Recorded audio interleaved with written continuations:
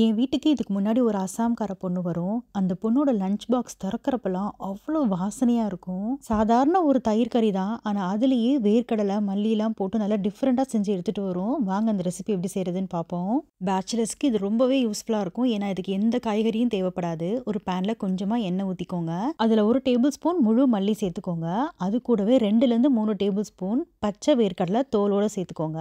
இப்போ இது நல்லா பச்சை வாசனை போகிற அளவுக்கு வறுத்து விட்டதுக்கு அப்புறமா அதில் ஒரு 5லேருந்து 6 பூண்டு பல் சேர்த்துக்கோங்க. காரத்துக்கு ஏற்ற பச்சை மிளகாய் நான் இன்னைக்கு ஒரு 4 போல் சேர்க்குறேன். சேர்த்து நல்லா வறுத்து விடுங்க. இப்போ அடுத்ததாக இதில் தேங்காய் சில்லாக இருந்துச்சுன்னா ஒரு சில் போல் சேர்த்துக்கோங்க.